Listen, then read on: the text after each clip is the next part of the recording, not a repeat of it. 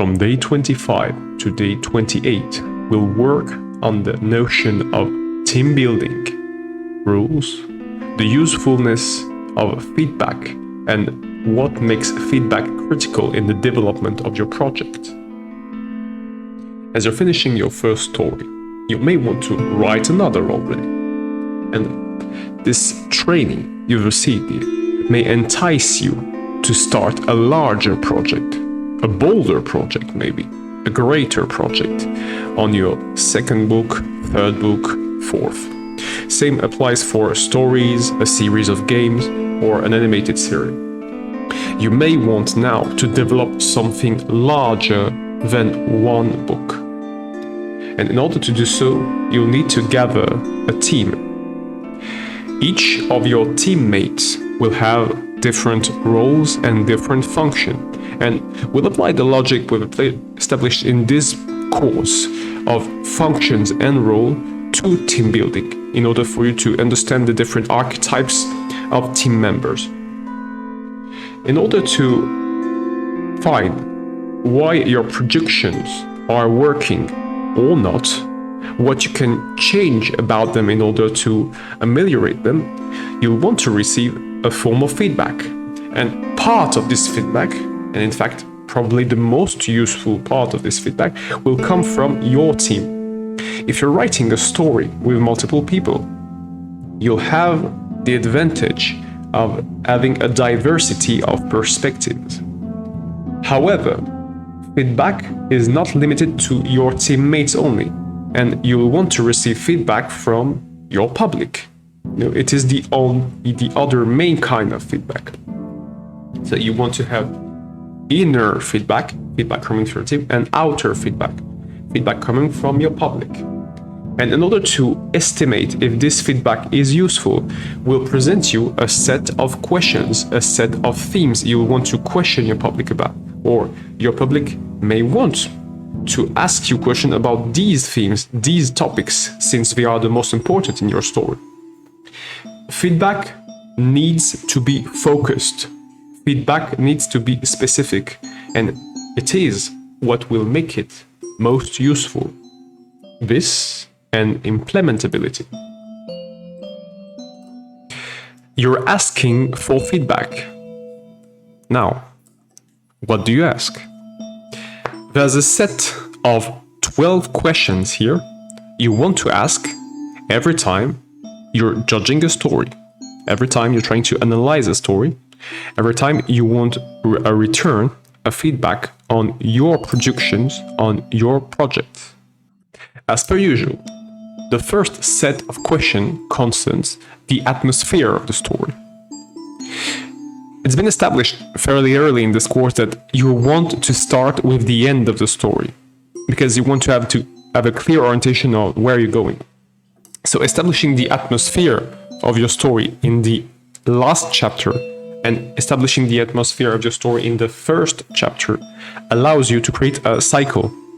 It allows you to create resonance, and resonance makes for more emotional attachment. But more on that on the organization part.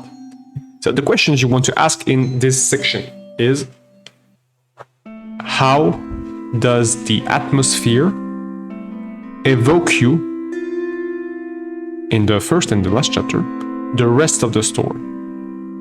So there's an underlying part here. So the question is, how does the atmosphere established evoke you what you'll see in the rest of the story? So the underlying part is the atmosphere established in the first and in the last chapter. Now we've established the atmosphere in the first chapter because your reader is highly likely to start with the first chapter. How can she predict what's going to happen in the rest of the story thanks to this atmosphere? And that's called the soul. How is established the soul of your story in your first chapter, and then later, subsequently, in your last chapter? How do you get back to the soul of your story? And you can ask the same question for the three crises. Do you find the soul of the story in chapter 3? Do you find the soul of the story in chapter 6, in chapter 9? But we're going in there we're getting through a larger conversation and more in-depth conversation with maybe just a fringe of your public who really want to answer these questions, because all the questions here are not that appealing to all of your public. So that's why we're limiting ourselves to 12. Now, same question for the colors. That's our third question. How are, in each scene, in each chapter, how are the colors evocative of what's going to happen in the chapter, of what's going to happen in the scene? How are the colors evocative of what's going to happen in the chapter or in the scene? So it's still all about the atmosphere. Once you've got that, you get to the second part, the environment. Now, the first question when it comes to environment is, how are the environments tied together? Is there a territorial cohesion? Is there a territorial cohesion between the different parts of your world? And it applies to all scales. If the different parts of your world, if the different levels of your game, in the different scenes of your movie are not tied together, there will be an issue with cohesion, and it will be visible. So that's the first part, cohesion. And the second part is, are the environment diverse enough? Here again, diverse is defined by the frame of your story and the genre of your story, so the context of your story. Goes down, now we've done the environment, to the characters part. What you want to establish when it comes to character, the most important thing when it comes to character is, are they memorable? Are they memorable? And what makes them memorable? In most cases, the memorability factor, the fact that your characters are memorable, will be established by their quirks. But it's not the only way. You can make their goal memorable. You can make their behavior trait memorable. It's a little more difficult because it means they have very unique behavior trait, which is quite difficult to create, and at the same time balance them. But quirks, if they have a specific accessory, if they have a specific favorite food, if they have a specific goal or weapon, and that this goal is materialized in the form of this weapon directly, it can be just enough to remember the character. So what makes the character memorable? And if the character is memorable, do you want to see them again? You're tying your continuity here. So is the character memorable enough? Will I remember her? But do I want to remember her to see her more? It's the next layer of complexity here. So is the character worth remembering? And is the character worth seeing more? And the last dimension is organization. Now again, the role of organization is administrating your world. So how do they do it? And do they do it? How are organizations tied to a specific zones? Because each of your organization will have a zone. They will have a zone, or they will have a source of interest. So in the zone, in each of the zone, are they putting their prerogatives in proper perspective? Or said differently, are they fulfilling their role? If they've been put in charge of a zone, let's say by the population of the zone, because the population of the zone established that they're a legitimate organization, they will have prerogatives. They will have rights and they will have obligations. Rights on the zone, rights on these resources, but obligation towards the people who put them there. So are they accountable? That's another way you can phrase it. Are they accountable regarding to the rights they have on this zone, on these resources, on a group of people maybe? And then the other aspect of relationship you want to tie together is relationships. If you've clearly established the number of organizations in your world, if you've established it in a definite manner, you've said, okay, I've got 6 organizations in my world. Now you have to define how they relate to each other. And then, because the organization influences the atmosphere of your world and the evolution of your world, we get back to the beginning. If your organizations are tied together and they're expressing their relationship in a clear manner, or clear enough for you because they don't have to display it publicly for the inhabitants of your world, for example, but it has to be clear for you, the author, your characters to some extent, and the public. Now they're establishing their relationship clearly, their prerogative clearly. What's the impact on the atmosphere? What's the impact on the soul of the story? What's the impact on the soul of the environment? And that's our set of 12 questions. The goal of feedback is to help you to grow. In order to do so, feedback should be useful. If you want to measure the usefulness of feedback, you have to consider 4 dimensions: specificity, its level of detail, its implementability, and the perspective from where the feedback is coming. Now, when you're asking your 12 questions, when you're asking your core questions, the answer to these questions should be specific to the theme you're boarding, or to the question more directly. For example, if you're asking about the atmosphere's evocative power, the fact that the atmosphere gives predictability on what's going to happen in this chapter or in the following chapter, the answer should be focused on the atmosphere in terms of predictability. There shouldn't be no other kind of information. No, you want to have information on the evocative power of the atmosphere. So the answer shouldn't be, for example, on the colors and how the colors were picked or how the colors articulate with one another, because that's not the question. If the answer is on the color's evocative power, we're getting a little more into the question. But the atmosphere is not the color only. So if someone answers to you on,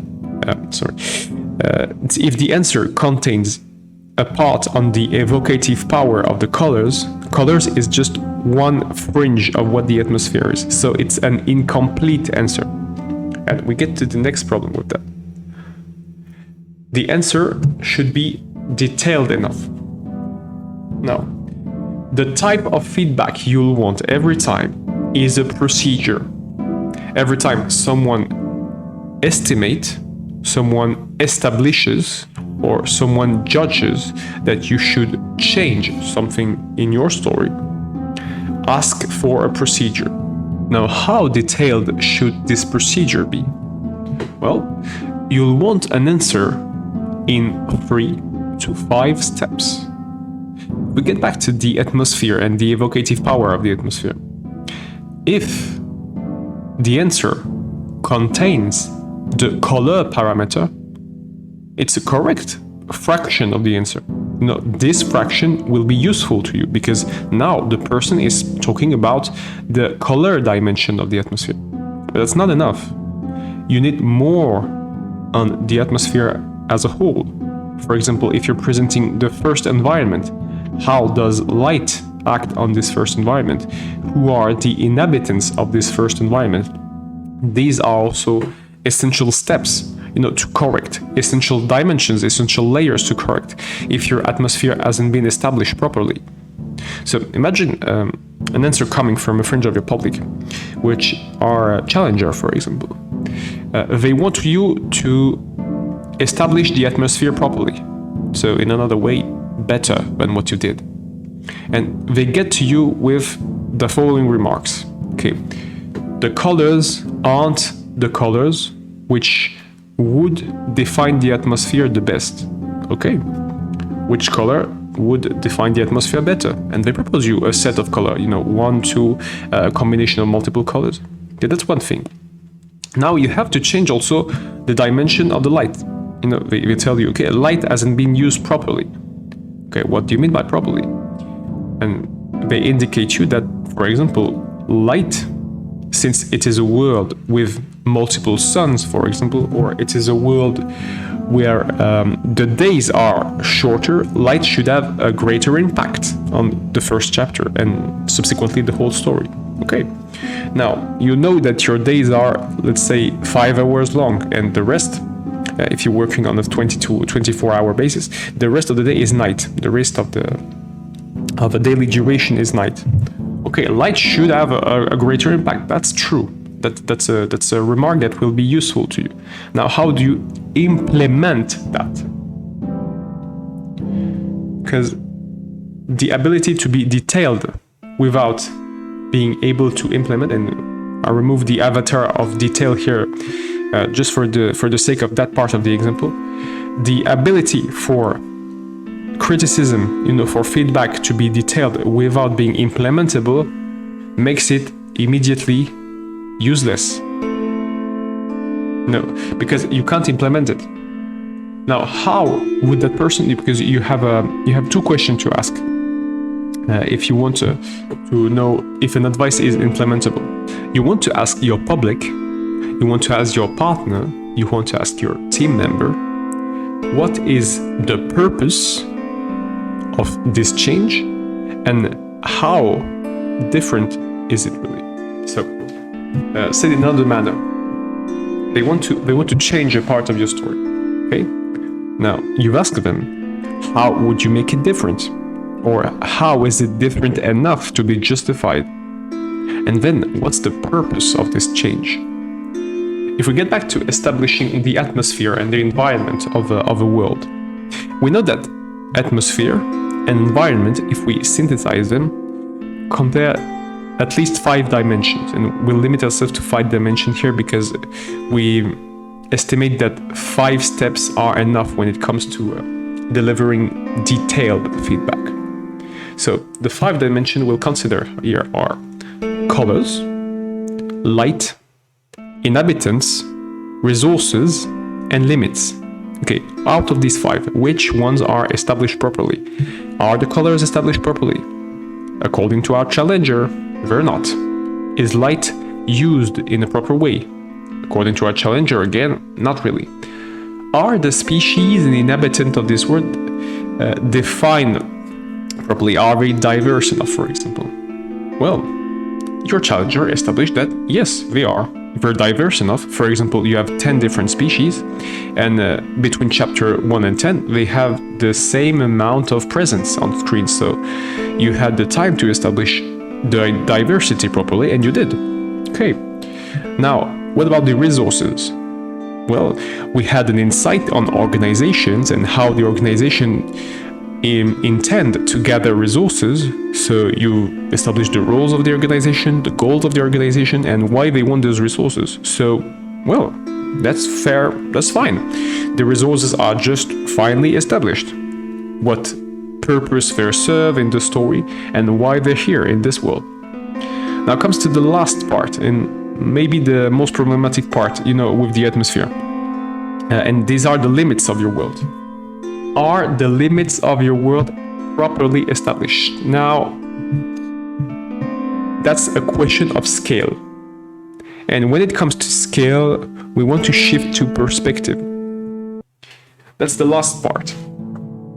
That's just as important as specificity, detail, and implementation. Now, perspective will lead you to a 0th dimension, the dimension number 0 that you have to consider maybe before everything else. Who is that person in front of you giving you that feedback? And by who is that person, we really mean what's her profile.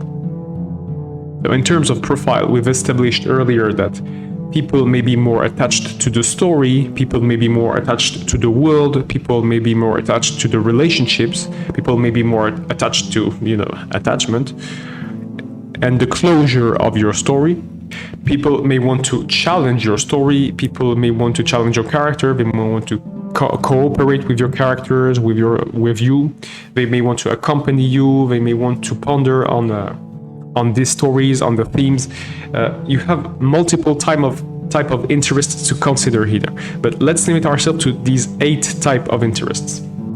When establishing the perspective of the person giving you the feedback, you have to consider these profiles and these interests. And here again, we'll get back to the colors, red, green, blue, purple. Is the person in front of me more attached to rival characters? Is this person more attached to advisor type of characters? Is this person a more strength-oriented type, or is this person a more influence-oriented type? You want to establish the profile of the person in front of you, and that's multi-dimensional. You have to accumulate these different layers to establish your profile, the profile of the person completely. And then you have to get into her interests. And to get into her interest, you have to get back to your set of 12 questions. Now, if the interest of the person is on the limits themselves, now, because that's the biggest matter, that's the biggest topic in terms of scale, the limits. Now, how are the limits of your world established properly? Now, if you're playing an open world game, and let's suppose that open world is a genre, or it's a framework at least, you may wonder if a world is big enough. You may wonder if a world is big enough or if it's too big. Now, maybe more accurate question would be if a world is open enough, or if it's allowing you to enjoy it enough in terms of exploration. Because a more condensed world, a more compact world, which is filled with the proper items, and by items I don't literally mean objects that you will collect. I mean also the characters, also the stories, also the quests. All of these are considered items here because we're using a very broad definition. If a world is compact enough, a world is, in another way, big enough, isn't it better than a world with too much space? And you're up to judge that. Really, you're up to judge that regarding your profile, regarding your interests. Now, you have to ask it for yourself, this question of limit. You have to ask it for yourself as the author. Is my world big enough? Or is my world compact enough? Is my world too large? Is my world too empty? And too empty is a question too, because you want some zones of emptiness. You want some mundane zone in order to create a contrast with the more vivid zone, the more unusual, surprising zone, because you want to balance, again, familiar and surprising. That's the question you want to ask yourself. You want to have your own perspective first every time, because if you don't have your perspective, you can compare. So, when establishing if a feedback is useful or not, you want to establish if the feedback is specific regarding the theme of the question, is detailed enough, so you've got a procedure in order to change what you have to change, if it is implementable, or say in a different manner, if it has to be changed, because sometimes it doesn't have to be changed, and you can check it really at this level every time. If it's not detailed enough, don't change it. If it's not implementable, don't change it. And finally, if the perspective of the person corresponds directly to what she said, because if the perspective of the person is, if there's an incoherence between the perspective of the person giving you feedback and the feedback itself, it's highly unlikely that it will be useful, because it will be incohesive.